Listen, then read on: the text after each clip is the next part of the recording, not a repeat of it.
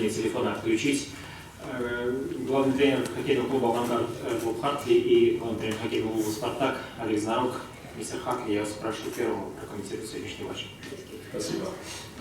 I felt that we played a very smart road game, taking the lead 2-0, and unfortunately when we saw Spartak scored that first goal late in the second period, it's kind of an unwritten rule in hockey that you know that the third period that team will have momentum, they'll have confidence, and they know that they're just one shot away from getting back in the game. So they played a very strong third period. I felt that we defended well.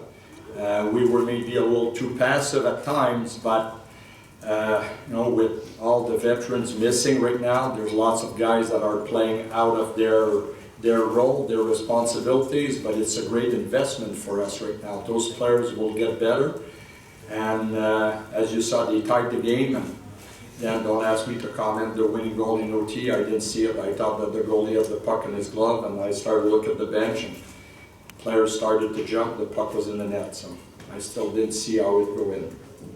Я считаю, что очень грамотно мы провели сегодняшний выездной матч, повели 0-2, но есть такое неписанное правило, что когда противник забивает под занавес периода, он получает дополнительную энергию, мотивацию, и думаю, именно это мы и увидели в третьем периоде. Спартак знал, что видел всего лишь он в одном броске был от того, чтобы сравнять счет.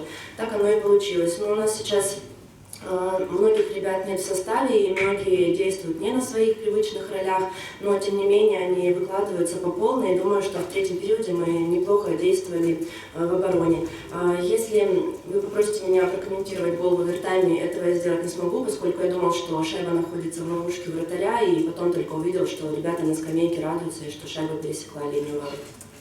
Спасибо, Олег Ильич. Мы сегодня провели боевую игру. Я благодарен ребятам, что с 0-2 вытащили.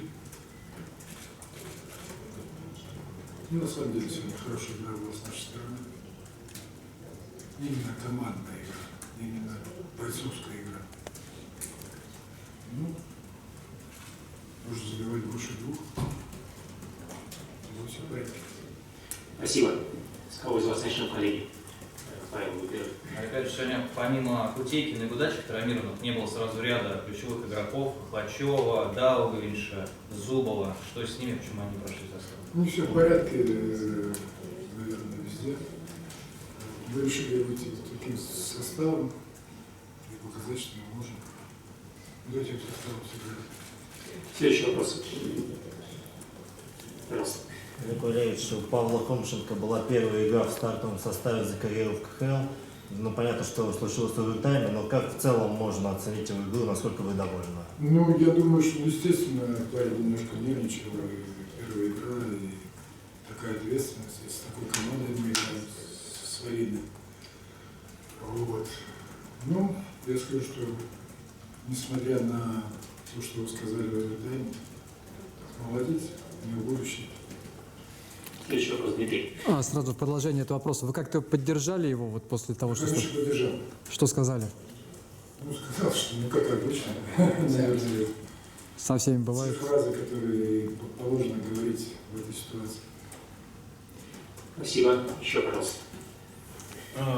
Вопрос Боба Хартли. Боб обычно говорит, что когда команда забивает первый гол, в данном случае именно речь про ваш первый гол, в первой же смене после гола нужно не пропустить. А у вас получилось наоборот забить, причем именно четвертой тройкой. И вообще в целом как оцените игру вот именно вот этого звена?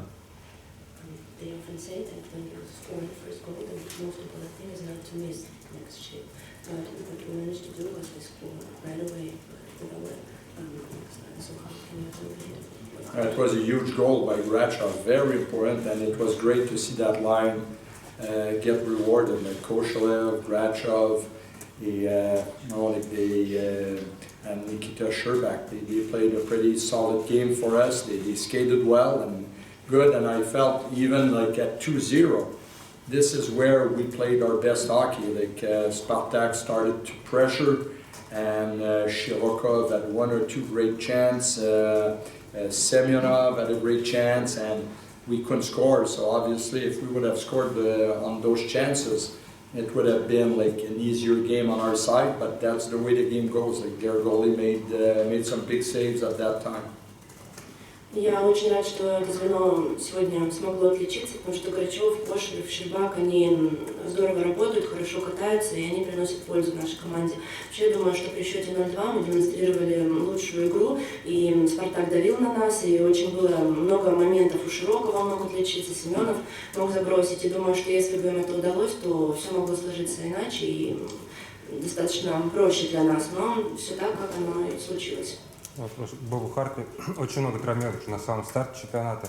Сейчас стало известно, что Емельян надолго выбыл, не играет Францем. Это как можно назвать? Форс-мажор или в порядке вещей, с чем вы справитесь?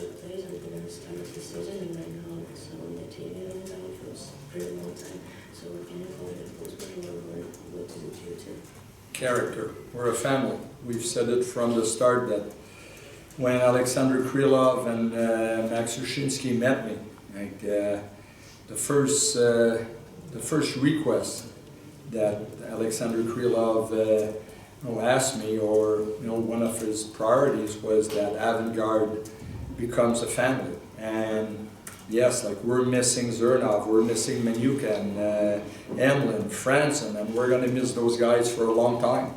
But like I said before, it gives extra opportunities to many players, and we tell them, the door is wide open, it's a chance for you to be part of Avangard family. We don't have a spare forward, and we're just playing with the minimum of forwards, but those guys are battling, they're playing hard. We have one spare defenseman in Manukov, so we don't have much reserve, but we have plenty of players. We go and we work on pride, and we follow the game plan very closely, and credit goes to our players. У нас сейчас отсутствуют многие игроки, это и Зернов, и Манукян, и Емельян, и Францин, и их не будет достаточно длительное время, но победы одерживать нам помогает именно характер. Тот факт, что мы играем как команда и как семья, потому что первое, о чем я разговаривала с руководством, с Александром Крыловым, с Максимом Сушинским, когда мы только вели переговоры, они мне сказали, что мы должны построить единую семью в Авангарде. Именно это мы и делаем. Сейчас у нас нет нескольких ключевых ребят, но от этого порождаются возможности для других игроков. Я им всегда говорю, дверь сейчас нараспашку, делайте шаг вперед, вступайте и боритесь за нас. Поэтому у нас сейчас нет запасных нападающих, у нас только один еще защитник, но тем не менее все борются с гордостью и стараются изо всех возможных сил. Спасибо. Еще будут какой-то вопрос? Михаил. Олег Валерьевич, обратите внимание, что вы сочетаете именно тройки нападения, то есть все перемешались.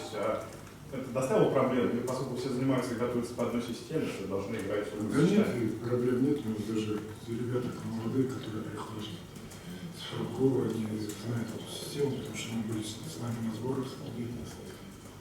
Я не считаю, что это проблема. Просто кто-то вот сегодня, допустим, Маркова сломался. Он должен был играть или в три центральных, или кого-то ставить, и хранить. Мы решили, что будем играть без центральных. Я думаю, что они сегодня наелись немножко центральных. Давайте последний, да? Продолжение о травмированных. Андрей Кутейкин получил в прошлом матче очень неприятную травму. Надолго ли он выбыл? За который не было времени. Да, Нет, вопрос. следующую игру, наверное, играть. Да, вопрос еще один к Бобу, человеку, который тоже работающий в медиа, то есть с другой стороны еще.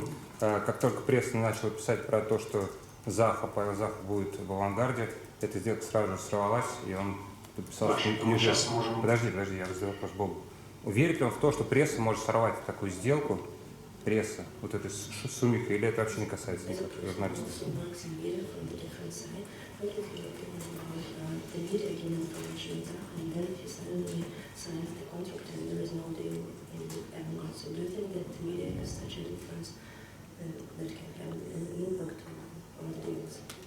Part of the sport of hockey, there's a huge game with the media.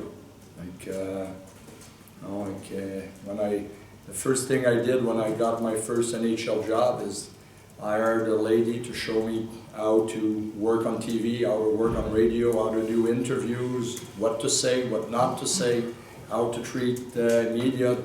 It's a huge game, but for like rumors, there's rumors every day. coaches getting fired, players being traded, players being signed. That's part of the game, and now with social media, there's so many platforms that reporters are like the rest of society. Right? There's great workers, there's bad workers, there's honest workers, there's dishonest workers. So right? Hockey coaches, reporters, we're all the same. So it's a game, and we know what's going on, and we trust what we know. Знаете, параллельно в хоккее всегда идет такая большая игра средств массовой информации. И когда я первую свою работу в НХЛ получил, я сходил к знающим людям и попросил, чтобы меня проконсультировали, что стоит говорить, чего не стоит говорить журналистам, как лучше себя вести. Поэтому, конечно же, есть определенные действия, и влияния, которые оказывают средства массовой информации. Но всегда есть слухи, кого-то каждый день увольняют, кого-то покупают, кого-то продают и так далее. Сегодня очень много платформ, на которых можно распространять любую информацию. Думаю, что журналисты, они в принципе такие же работники, как и люди любой другой сферы. То есть есть и порядочные люди, есть и не очень, в принципе, как и в любой сфере жизни. Но мы владеем информацией, мы доверяем тому, что знаем лично мы. Господа порядочные, спасибо всем. Спасибо. И непорядочных.